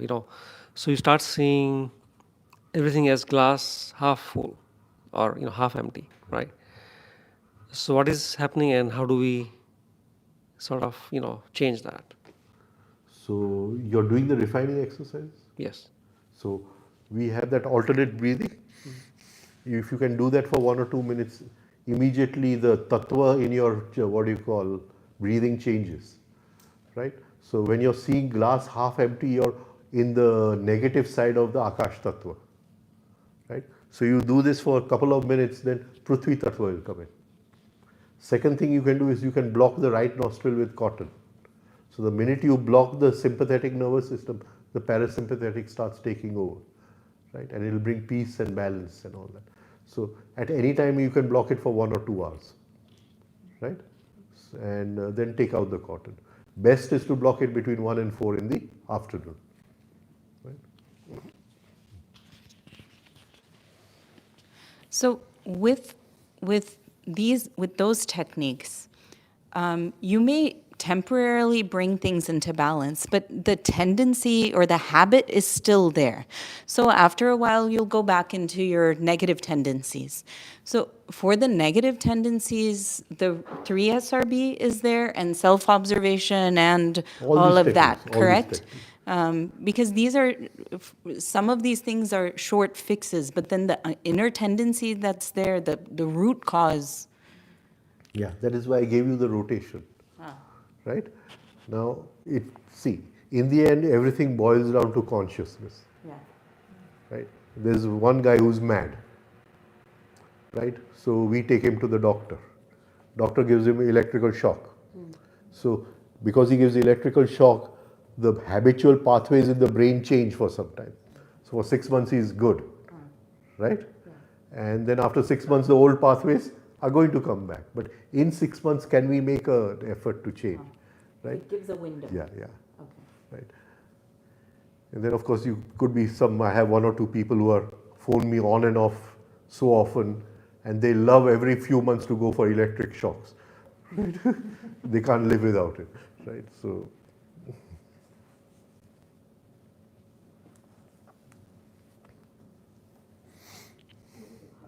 yeah, please. આપણે negative energy તો જ્યારે pose કરીને આપણે જોઈએ કે આપણામાં negative energy ચાલી રહી છે તો આપણે સ્ટોપ કરીએ, પોઝ કરીએ. પણ જ્યારે આપણને ખબર છે કે મારો સન હોય કે તો એ કશુંક બી રોંગ કરે છે, તો હું બહુ વખત ટ્રાય કરું કે ના, મારે નથી વિચારવું કે નોટ માય પાર્ટ, પર ઇટ્સ અ રિસ્પોન્સિબિલિટી. તો એ કેવી રીતના સ્ટોપ થઈ, કેવી રીતના વર્ક કરવાનું એના See, if it is not an emergency, don't tell him anything at that moment. Right? Then after 24 hours, you sit with him, bring back the whole situation, and awaken his understanding to the situation.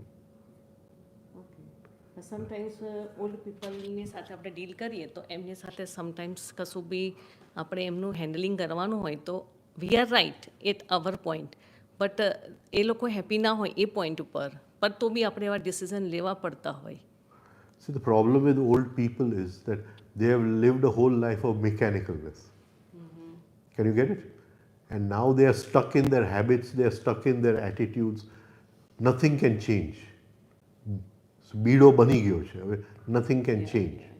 So there, in dealing with them, there must be that acceptance, right?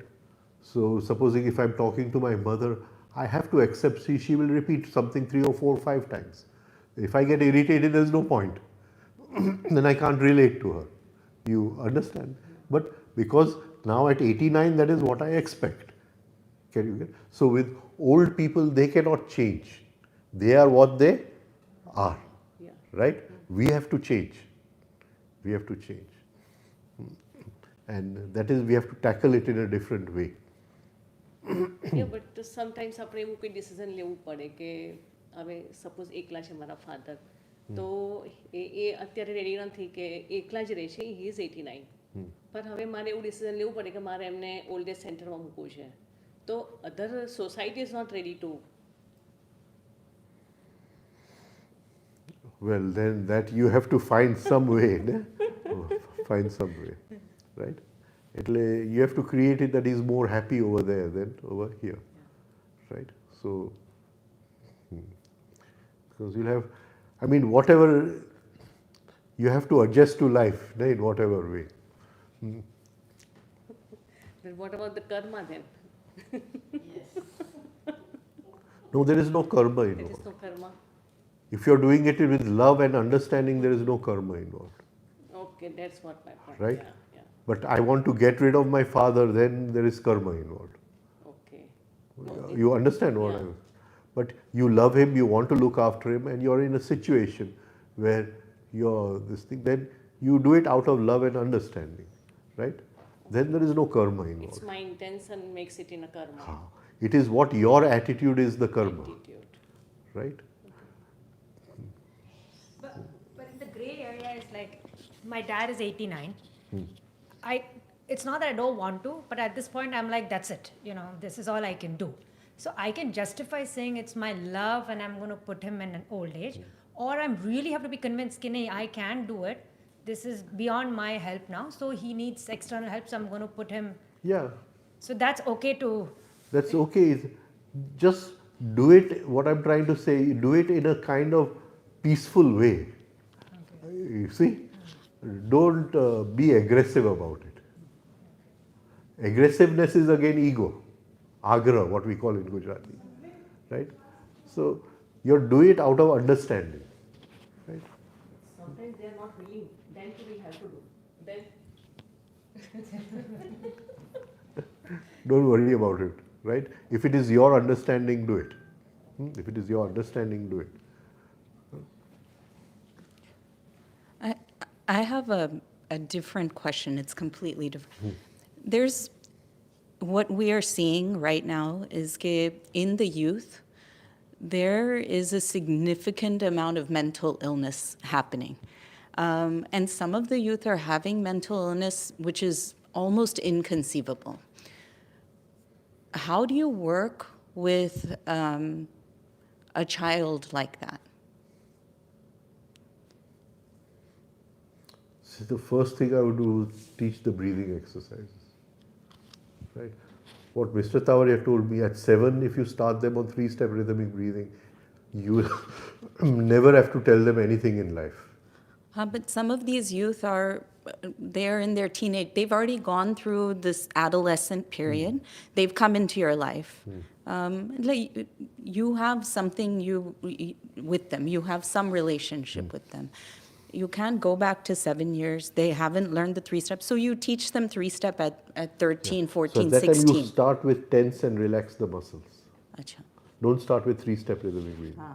First, make them hold the tension, and make them hold for 20 seconds each posture, and then release. Again, 20 seconds each posture, release. Make them laugh a lot, so they throw out all there's catharsis, right? Make them dance a lot, so they're throwing out, and then bring them to 3-step rhythmic breathing. Right?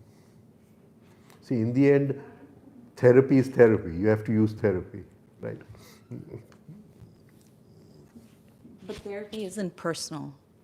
But therapy isn't personal. So, they're doing it as a job, and you're going because even the kid may not be convinced, but they have to go. But it would be better if the kid was on board. And there's some understanding. I want to get out of this state. And the kid usually wants to get out of the state, but they're so stuck in a pattern. Okay, they keep going back. And it's hard to get them out. Make them laugh a lot. Make them laugh a lot. And you know, all those exercises in laughing, right? And that, first of all, start there, because that catharsizes. It's a kind of catharsis. It throws out the rubbish, right? And then make them dance. Again, they'll throw out a lot of stuff. And then you can also, like the Gurdjieff people do, bring in some intricate movements where you have to use your head and all that, you know. So certain intricate, Gurdjieff had all these dances. You don't have to go to the dances, but you can bring in some intricate movements, you know. And I don't know if you know the brain gym movements. Do you know them? I'll just see in my laptop. If the video is there, then I'll give you, you can take it on a pen drive or something. They're excellent movements where, you know, they cross, there's a leg crossing and hand crossing, bringing the right brain and left brain. Excellent movement. I used to use them in the kids' camps for years, right? And they're beautiful movements, and you can copy all those movements. Right? And they're very simple movements, very, very simple movements. And so activate the moving center. The moving center over a period of time will have effect on the thinking center. Right? Then 3-step rhythmic breathing later on, because they won't do that. But they'll laugh. They'll dance. And then if you show them some brain gym movements, they'll start doing the brain gym movements. Okay. Can you see now? Supposing there's just one simple movement of what you call, I've had a knee operation, a little difficult for me, but I'll try to show it to you. A simple movement of crossing right brain, left brain. And that brings tremendous, right? So this hand goes there, this hand goes there. Now you can make a dance out of it. But I'll give you the full this thing. If you bring a, I don't know, you can put it on a pen drive and give it to everyone, right? So all these movements are very good movements. And they work with, you know, people who are in a coma also. So what they do is they go to these people in hospital, and they take this hand and put it on this knee. And they take this hand and put it on this knee. And they make them do that exercise every day. They come out of coma very fast with all this. Special kids also it works. So where you're crisscrossing the brains, no, that has a tremendous effect on the thing. So you can.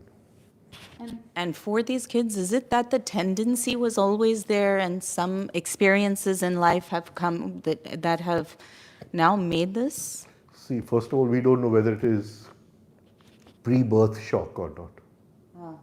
If the mother fell down, if the 9 months, in what way the husband and wife relationship was. We don't know. No? I mean, all that is unknown to us. And in today's society, you can't expect much in that relationship also, right?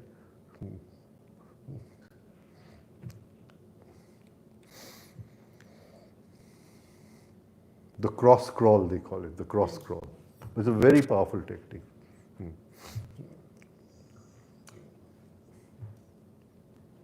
Can we one more time do that Swadhisthana chakra mantra, the thing you took? Sure.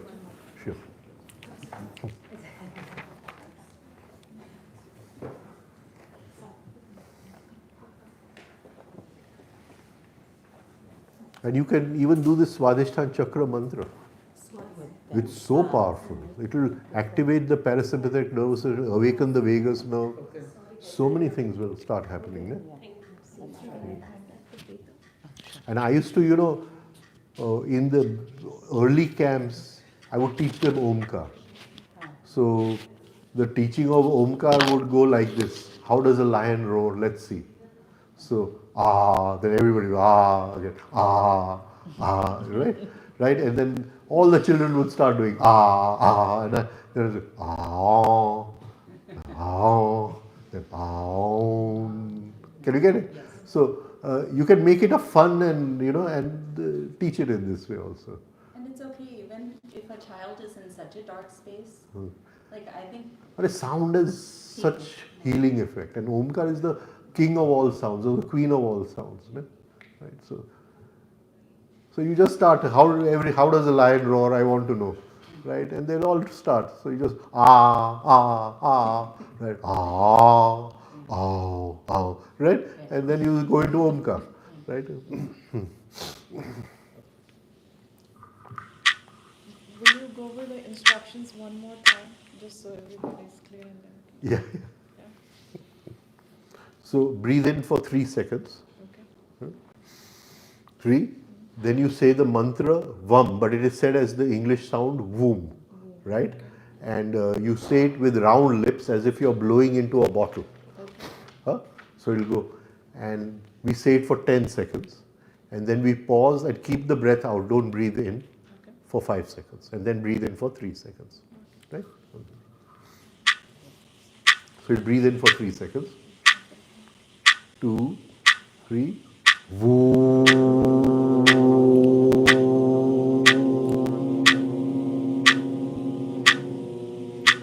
Pause. 1, 2, 3, 4, 5. Breathe in. 1, 2, 3.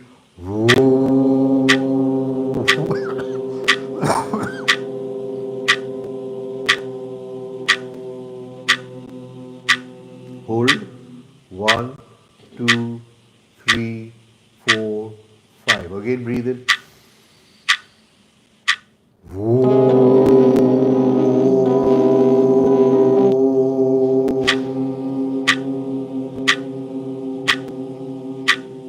Pause. 1, 2, 3, 4, 5. And in that pause, be totally relaxed, enter the darkness, sense the darkness, feel relaxed, and then again start. Right? Okay. Thank you. Thank you. That was very good. Thank you. Thank you.